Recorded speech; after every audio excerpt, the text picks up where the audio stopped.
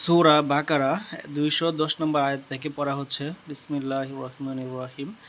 তারা কি এখন এজন্য অপেক্ষা করছে যে আল্লাহ নিজে মেঘের ছায়ায় ফেরেশতার বাহিনীর সাথে নিয়ে তাদের সামনে হাজির হোক এবং সবকিছুর শেষ ফায়সালা করেই দেওয়া হোক। শেষ পর্যন্ত সকল ব্যাপার তো আল্লাহরই কাছে পেশ হবে। বনী ইসরাইলকে জিজ্ঞেস করো, আমি তাদেরকে কত স্পষ্ট নিদর্শন দেখিয়েছি। আল্লাহর নিয়ামত লাভ করার পর যে জাতি তা বদলে দেয়, আল্লাহ তাদেরকে কত কঠিন শাস্তি দেন। যেসব লোক কুফরির পথ ধরেছে তাদের জন্য দুনিয়ার জীবন বড়ই প্রিয় ও পছন্দনীয় করে দেওয়া হয়েছে।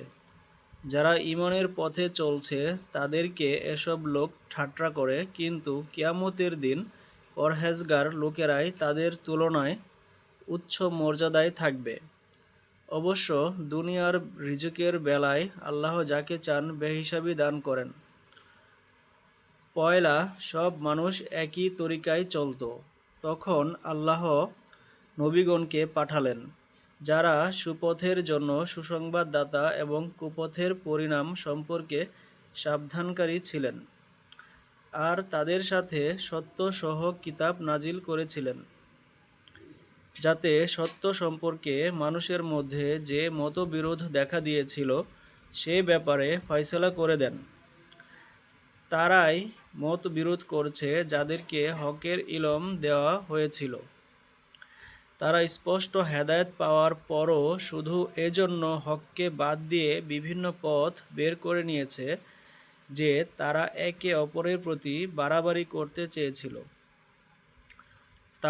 তাই যারা নবীদের উপর ঈমান এনেছে, আল্লাহ তাদেরকে নিজের অনুমতিতেই ওই সত্য পথ দেখিয়েছেন, যার সম্বন্ধে লোকেরা মতবিরোধ করেছিল।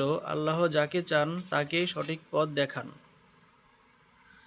তোমরা কি এ কথা মনে করেছ যে এমনিতেই তোমরা বেহেশতে ঢুকে যেতে পারবে, অথচ এখনও তোমাদের উপর ওইসব অবস্থা আসেনি যা তোমাদের আগে যারা ঈমান এনেছিল তাদের উপর এসেছিল। তাদের উপর দিয়ে কঠিন অবস্থা গেছে, বিপদ আপদ এসেছে, তাদেরকে কাঁপিয়ে তুলেছে। এমন কি শেষ পর্যন্ত রাসূল নিজে এবং যারা তার সাথে ঈমান ছিলেন তারা চিৎকার করে বলে উঠেছেন যে আল্লাহর সাহায্য কখন আসবে। তখন তাদেরকে সান্ত্বনা দেওয়া হয়েছে যে আল্লাহর সাহায্য নিকটেই। লোকেরা আপনাকে জিজ্ঞেস করে, আমরা কি খরচ করব? জবাব দিন, যে মালই তোমরা খরচ করো নিজের পিতামাতার জন্য, আত্মীয় স্বজনের জন্য, ইয়াতিম ও মিসকিনের জন্য এবং মুসাফিরদের জন্য খরচ করো। আর তোমরা যে ভালো কাজই করিবে আল্লাহ তা জানবেন। তোমাদেরকে যুদ্ধের হুকুম দেওয়া হয়েছে, আর তা তোমাদের কাছে অপছন্দ হতে পারে। কোনো বিষয় তোমাদের কাছে অপছন্দ অথচ সেটাই তোমাদের জন্য ভালো। আর এও হতে পারে কোনো জিনিস তোমাদের কাছে পছন্দনীয় অথচ সেটা তোমাদের জন্য মন্দ। আল্লাহ জানেন, তোমরা জানো না। লোকেরা আপনাকে জিজ্ঞেস করে, হারাম মাসে যুদ্ধ করা কি? জবাবে বলুন, এই সময় লড়াই করা বড়ই অন্যায়, কিন্তু মানুষকে আল্লাহর পথ থেকে ফিরিয়ে রাখা, আল্লাহকে অস্বীকার করা, আল্লাহওয়ালাদের জন্য মসজিদে হারামের পথ বন্ধ করা এবং হারামের অধিবাসীদেরকে সেখান থেকে বের করে দেওয়া আল্লাহর নিকট এর চেয়েও বেশি অন্যায়, ফিতনা ফাসাদ যুদ্ধ থেকেও বেশি খারাপ।